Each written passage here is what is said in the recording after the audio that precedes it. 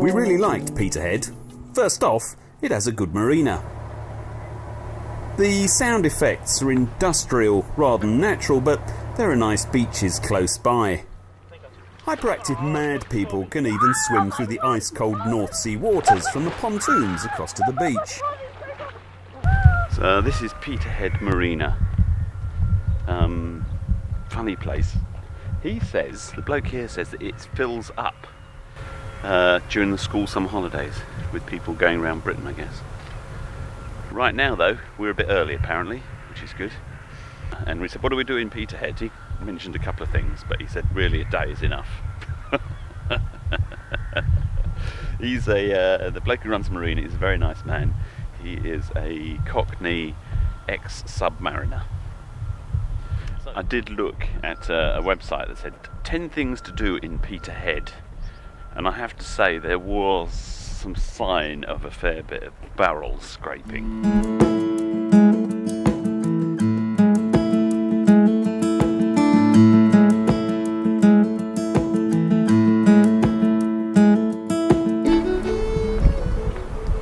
Nice little mobo.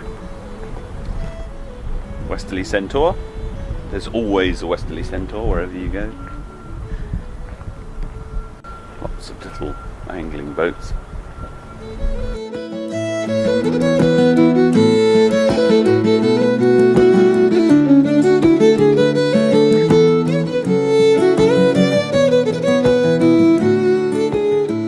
Fantastic amount of weed. Look at that. That is a triumph. Absolute triumph. Now we come to the small ones.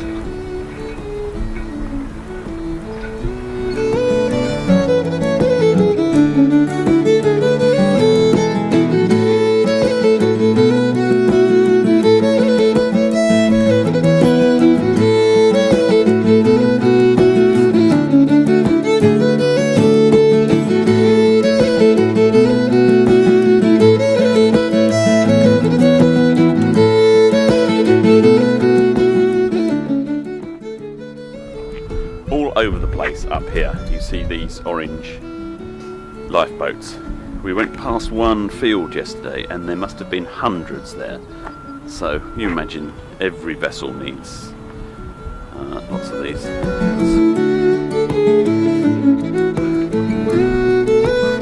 Wow, look at you.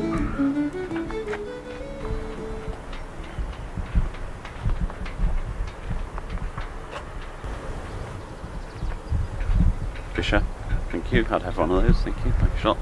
It's a nice little boat. So I think I saw that in Whitby. It had just been bought by a bloke who'd never done any sailing before, and he got it to Peterhead. He was going to overwinter it in Peterhead, so that's what he's done.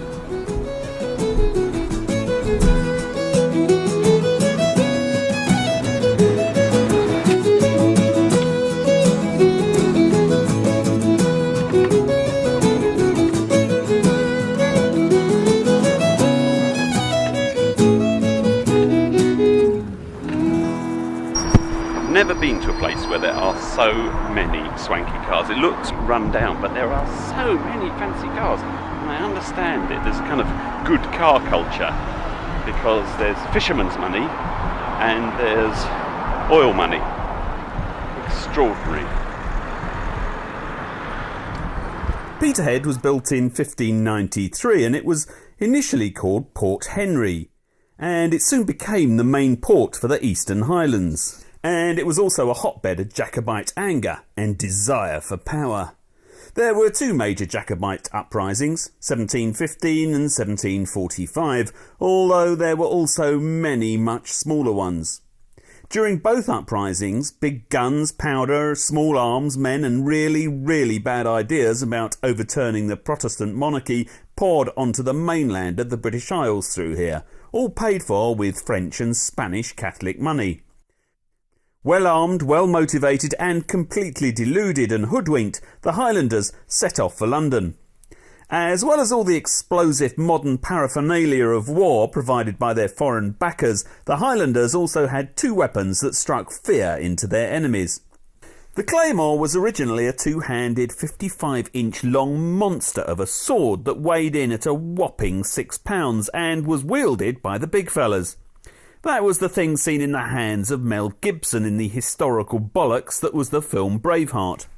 Incidentally, the name claymore comes from the Gaelic for big sword. Well, duh. The other weapon was the broadsword or basket-hilted sword. This was called the clay beg, or small sword. But by the time the Jacobites came south to take over England, the shorter sword had not only become the weapon of choice, but had also taken or nicked the claymore name. It was a close combat weapon and was easier to carry, but utterly useless against the muzzle loaders favoured by the British. But most importantly, the claymore struck fear into the English populace. The thought of non-English speaking, illiterate, plaid-clad, sword-wielding Celts rampaging through their cities severely discombobulated the English. This is pretty weird. It's canon. It says, "We are not redeemed with corruptible things such as silver and gold by the precious blood of Christ." On a cannon.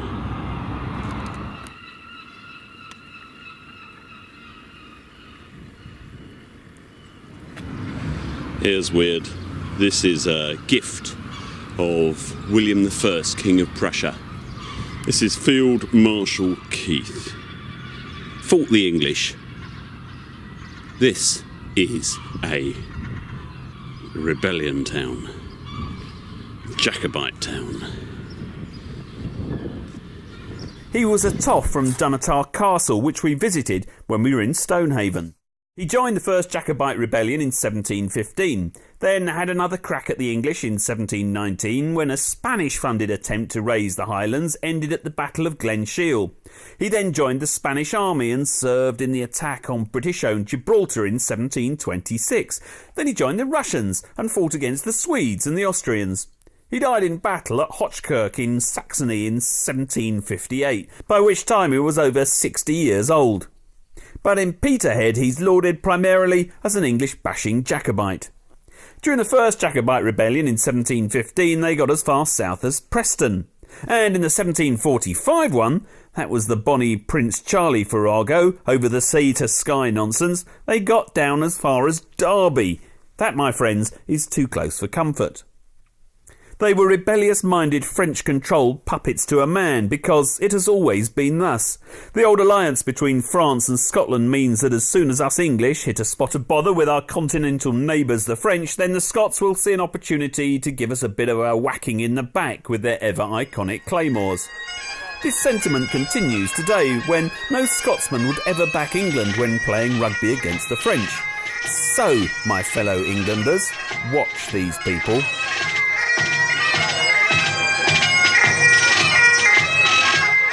While we were in Peterhead, they were holding a festival of Scottish dancing. It is a wonderful slice of culture to see these small girls dancing so daintily around their claymores, or more precisely, their clay begs. Imagine though for a moment how it would feel if, right now, you were watching prepubescent Muslim girls from ISIS dancing around Kalashnikovs. Not quite so cute, is it? And that's probably how this sort of stuff looked from England at the time.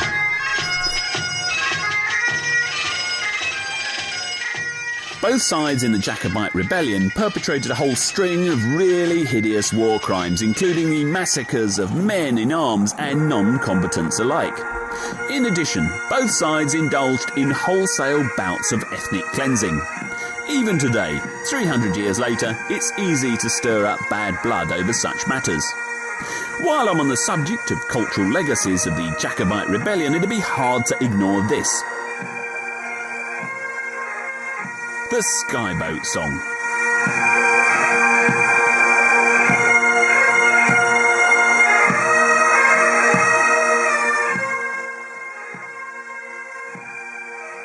It's about the smuggling across the sea to Skye, actually a pretty narrow channel, of the thoroughly beaten foppish Italian-born toff Bonnie Prince Charlie by the over-romanticised figure of Flora MacDonald.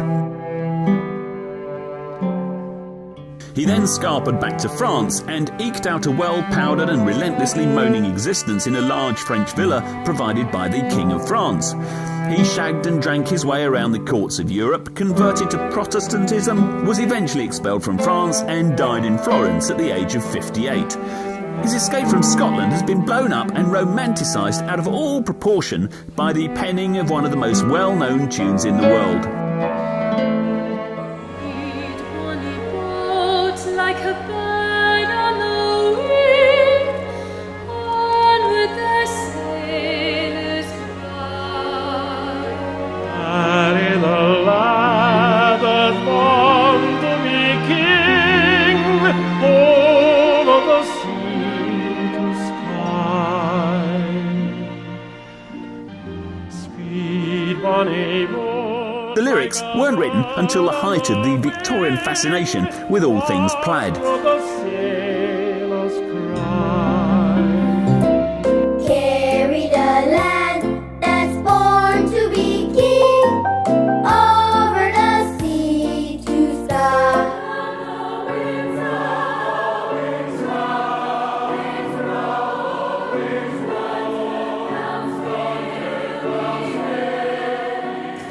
Everyone from Paul Robeson to the Piccadilly Six Jazz Band and the Shadows has had a go at it. Bonny boat, like a bird on the wing, onward the sailors cry. On the wing, onward the sailors cry.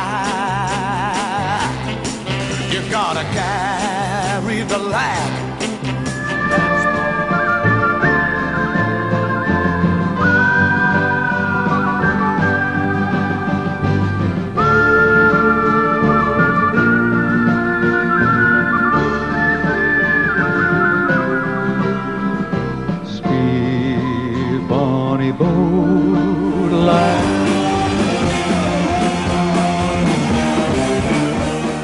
Now it's being massacred by literally thousands of amateur music manglers strutting their stuff on YouTube. Stand on the shore, follow, they will not dare.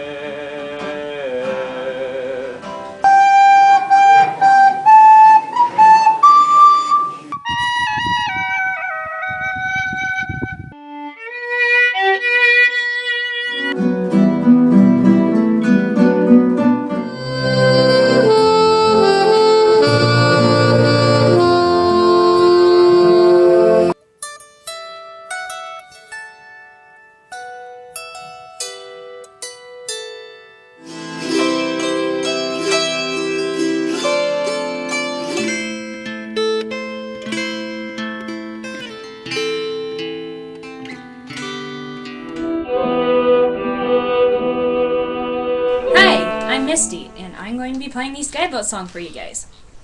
Enjoy! It's a great piece of music, I will confess, but what is being done to it on a daily basis makes the Glencoe atrocities and clearances shrink into insignificance. Watch by your weary head. Sail, bonny boat, like a bird on a wing, onward the sailors cry. Carry the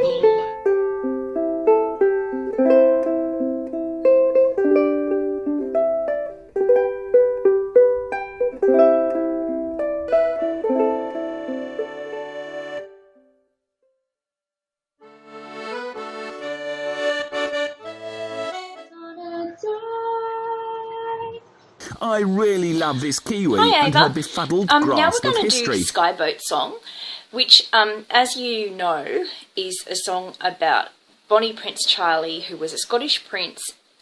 I think it was the English that were trying to kill him, and he had to get rowed away across the lake because they wanted to hide him so that he could grow up to be king. 2, 3. And this folk group really should know better. But to the Scots there was born a bonny Prince Charlie, and there was an uprising in a famous battle called the Battle of Culloden, where many Scots lost their lives, much blood was shed. And bonny Prince Charlie, as a baby, was taken away to the Isle of Skye. But best of all, I really like the Beverley Sisters' take on the tune. Carry the lad that's born to be king over the sea to sky.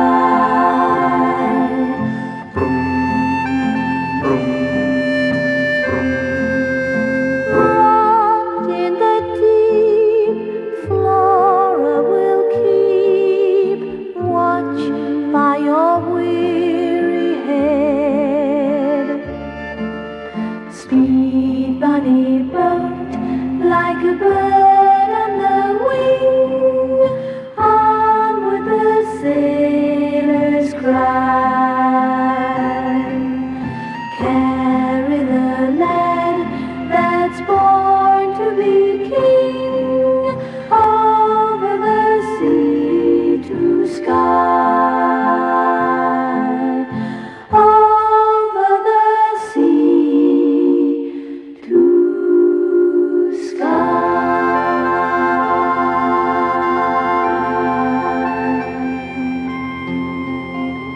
Of course, we won't be crossing the sea to Skye until we get right around the top of Shetland and down the other side, which all goes to demonstrate how hard the brave cross-dressing bonny Prince Charlie was running from his English pursuers before he managed to pick up a French-flagged ship that whisked him comfortably back to the safety of Gay Paris and left his former colleagues in arms to get on with dealing with the consequences of the hornet's nest he had successfully stirred up.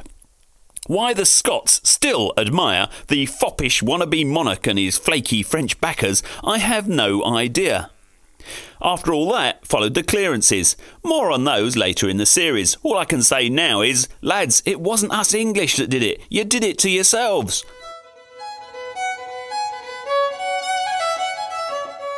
I can thoroughly recommend Peterhead though. Jill and the hyperactive mad people aboard Harmony had a great time there.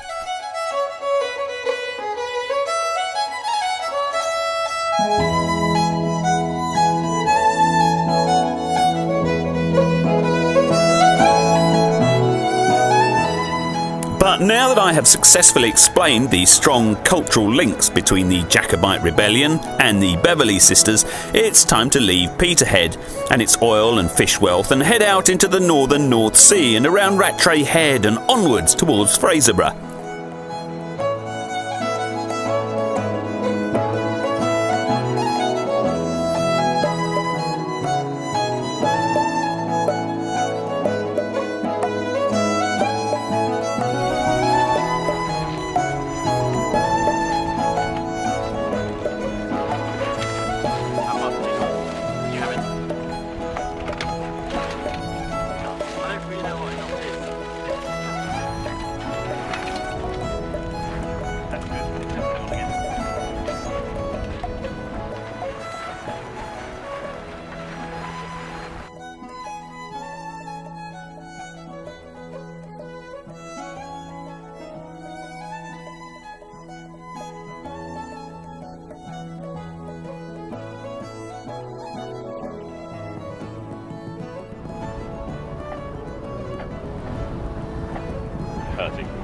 What? No, I got this stuck underneath this guy.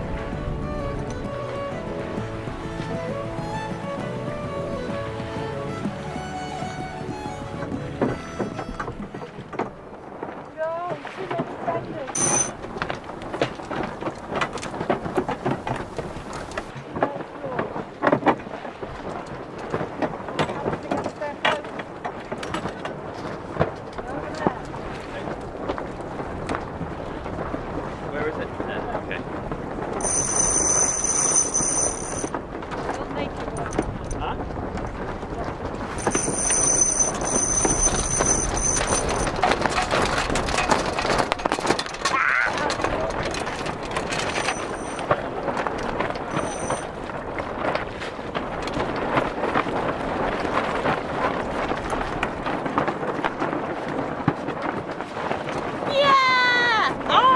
In my eye.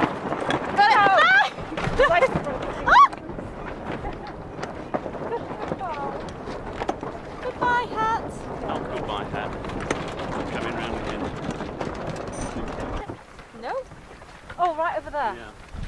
Oh Oh no, dear. it's not going to finish. Mum has lost her hat. You need to put your head through there. You need to get through there.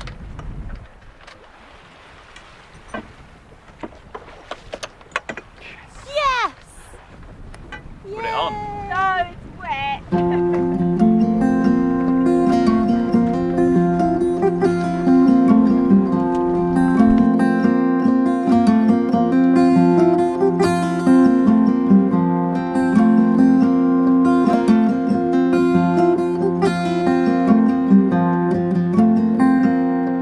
And we're just coming to Rattray Head, which is a major turning point for any circumnavigator. Getting around Rattray Head means that you've kind of broken the back of the North Sea.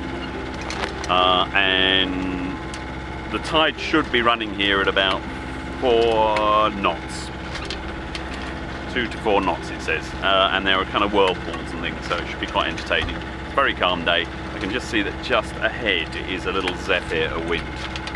So fairly soon I'm going to turn off the engine and just sail with whatever the wind has to offer here, just to get past Rattray Head. It's a kind of big point.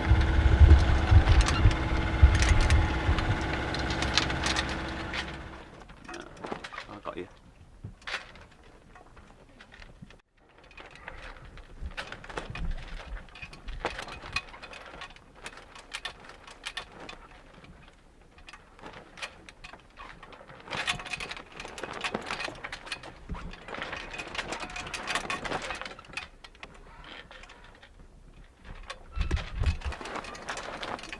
Running at 3.2 knots.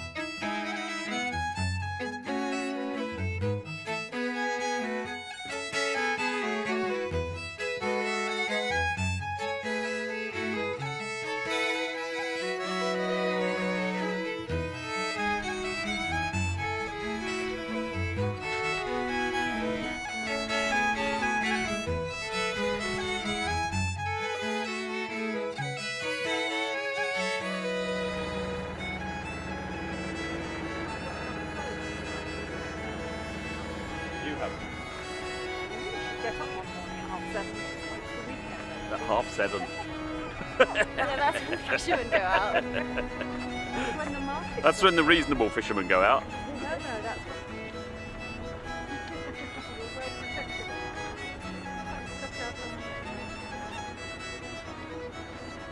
There's a man going to come down and shout.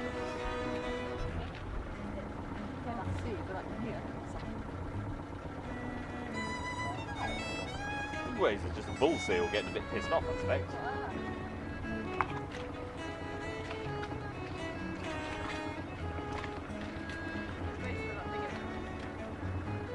Yeah, and then we turn left again, I think. Just behind here. Yacht Harmony, my name is Winter. Did you understand what he said? We could go behind this one, I think. That's a lovely bit of wall. No ladder there. Well, any of these ladders, loads of ladders. Well, not there.